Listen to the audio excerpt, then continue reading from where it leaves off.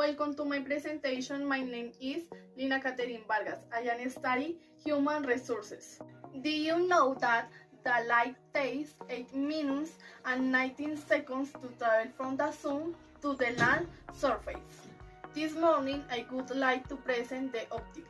My presentation is divided into 3 parts. First, I'm going to talk about the history. Second, I'm going to talk about the theories and properties of light. Third, I'm going to talk about irises. Finally, I'm gonna present my workshop. Buenos días, mi nombre es Lina Catherine Vargas Velasco y hoy les vengo a hablar acerca de la óptica, la cual decidí llamar la convergencia de los colores. Para empezar con mi presentación, primero debo explicarles de qué se trata. La óptica es una rama de la física que estudia los comportamientos y características de la luz visible, como también las eventuales apariciones en la vida del ser humano para la construcción de instrumentos para vérsela a través de ella. En pocas palabras, instrumentos ópticos. Yo elegí este tema porque estuve investigando después de una clase de física con el profesor Yamir, el cual él mencionó este tema y me dio mucha curiosidad. Entonces estuve investigando y me di cuenta que era un tema muy interesante y que lo podría implementar en mi ponencia. Su historia data desde el año 580 a.C. hasta el año 427 a.C., cuando se descubrieron las primeras teorías de la luz que fueron propuestas por los siguientes hombres: Pitágoras de Samos, Leucipo, Empédocles, Demócrito y Platón. A continuación daré una pequeña descripción de cada teoría. En el año 580 a.C. encontramos a Pitágoras de Samos y Leucipo, los cuales sostenían que la luz es algo que fluye y es captado por nuestros ojos. Esta teoría recibió el nombre de teoría de la emisión o de la intromisión. En el año 460 a.C. encontramos a Empédocles, el cual consideraba a la luz como un fluido que emana de los ojos del observador. Esta teoría recibió el nombre de teoría de la extramisión. En este mismo año encontramos a Demócrito, el cual sostenía que la luz es un flujo de partículas que partían de focos de luz. Para concluir con estas teorías, en el año 427 a.C. encontramos a Platón, el cual consideraba a la luz como algo que emana de 3 puntos, los cuales son el ojo, el objeto que se ve y aquello que produce luz.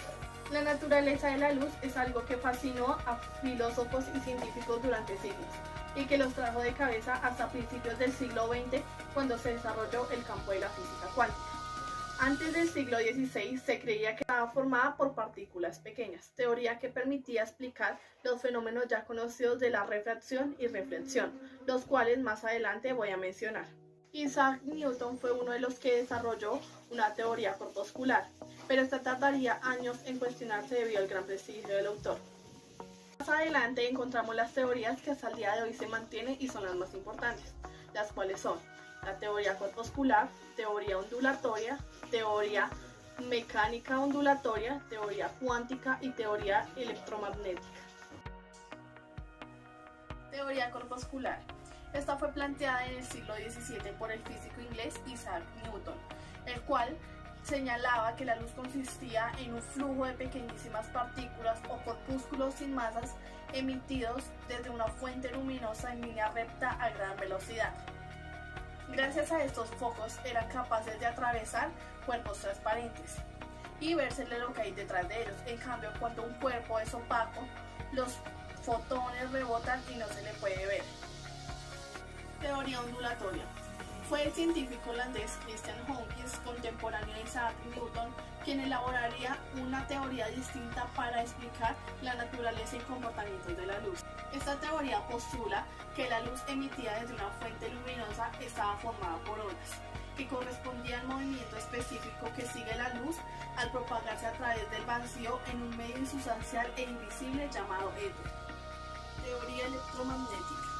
En el siglo XIX se agregan a las teorías existentes el pensamiento del físico James Clerk, quien explica notablemente que los fenómenos eléctricos están relacionados con los efectos magnéticos. Al respecto, señalaba que cada variación en el campo eléctrico producía un cambio en la proximidad en el campo magnético e inversamente. Por lo tanto, La luz es una onda electromagnética transversal que se propaga perpendicularmente entre sí. Teoría cuántica. Esa fue propuesta por el físico alemán Max Planck, el cual establecía que los intercambios de energía entre materia y luz solo son posibles por cantidades finitas o cuantos, que posteriormente denominan fotones. Para concluir, encontramos la teoría mecánica ondulatoria.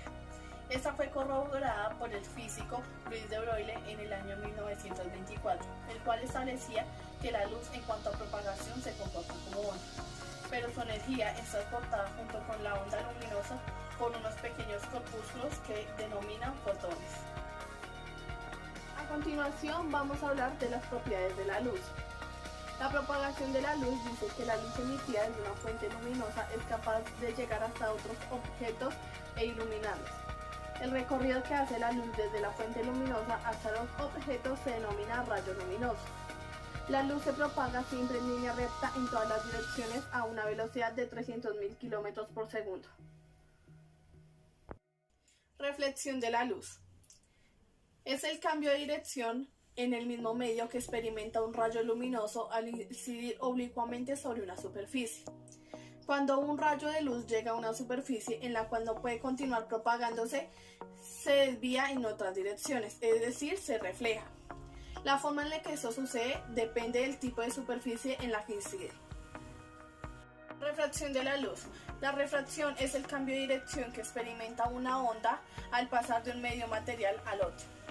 Eso solo se produce si la onda incide oblicuamente sobre la superficie de separación de los dos medios y si esos tienen índices de refracción distintos. La refracción se origina en el cambio de dirección en la propagación de la onda al pasar de un medio a otro. Difracción de la luz. En la física, la difracción de la luz es un fenómeno característico de las ondas, que se basa en la desviación de estas al encontrar un obstáculo o al atravesar una rendija. Este fenómeno ocurre en todo tipo de ondas, desde ondas sonoras, ondas en la superficie de un fluido, ondas electromagnéticas como la luz y ondas de radio. Interferencia de la luz. En la física, la interferencia es un fenómeno en el que dos o más ondas se superponen para formar una onda resultante de mayor, menor o igual amplitud.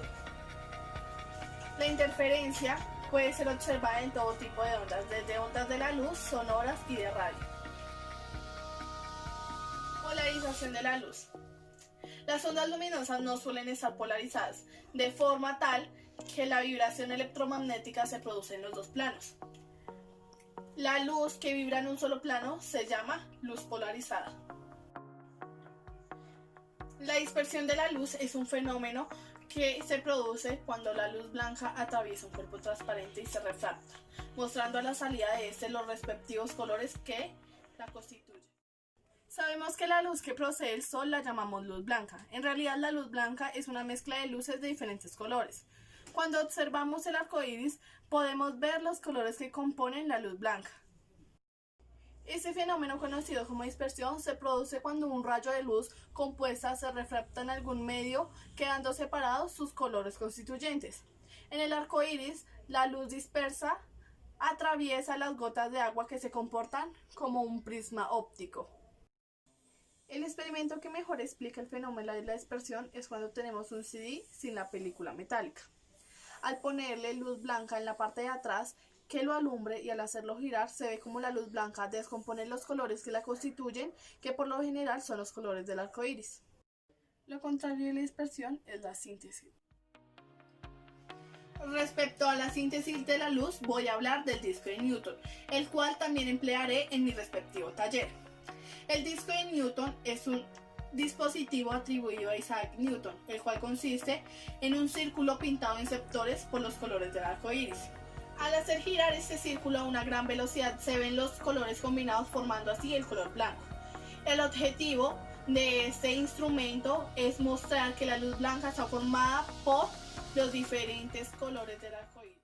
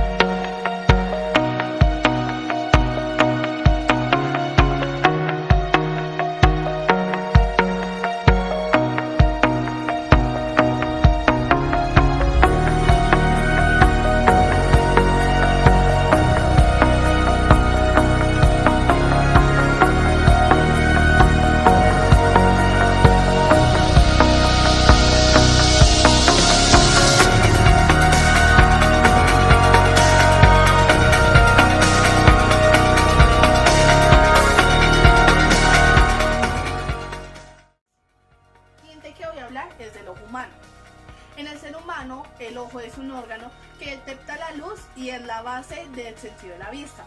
Su función consiste básicamente en transformar la energía lumínica en señales eléctricas que sean enviadas al cerebro a través del nervio óptico.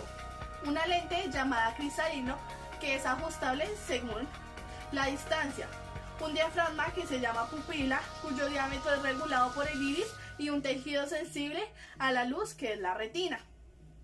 Las partes más importantes del ojo humano son de las que voy a hablar a continuación.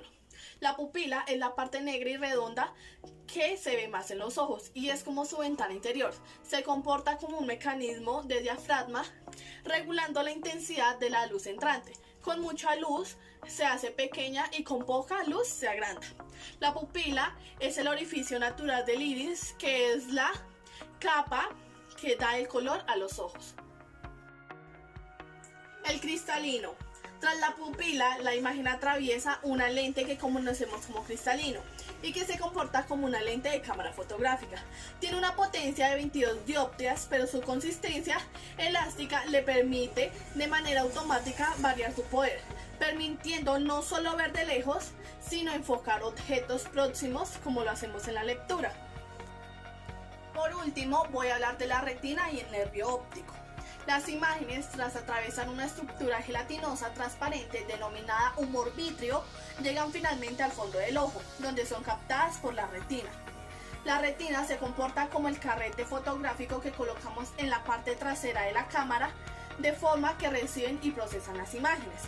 Estas serán luego transmitidas al cerebro por el nervio óptico.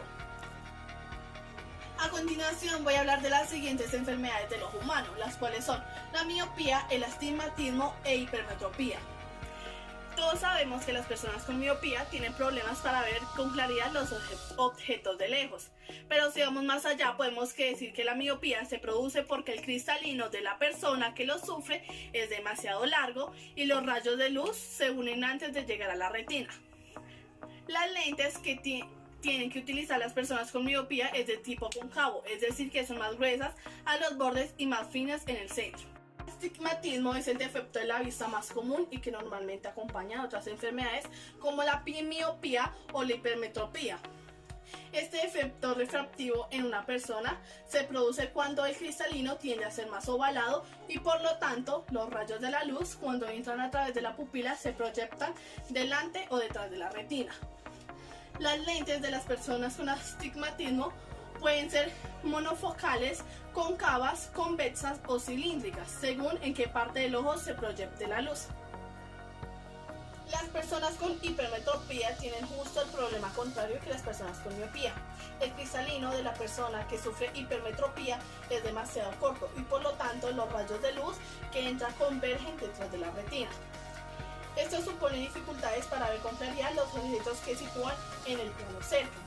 Al contrario que los miopes, los hipermetropes utilizan lentes convexas, es decir, que son más finas en los bordes y más gruesas en el centro. Las lentes. Una lente es un cuerpo transparente que por lo general es de vidrio o plástico, con una o dos caras curvas. La luz se refracta en su interior de manera que si miramos a través de ellas vemos las imágenes deformadas. Hay dos tipos de lentes, los convergentes y los divergentes. Los convergentes son más gruesos por el centro que por los bordes. Amplían las imágenes. Las divergentes son más gruesas en los bordes que en el centro. Reducen las imágenes.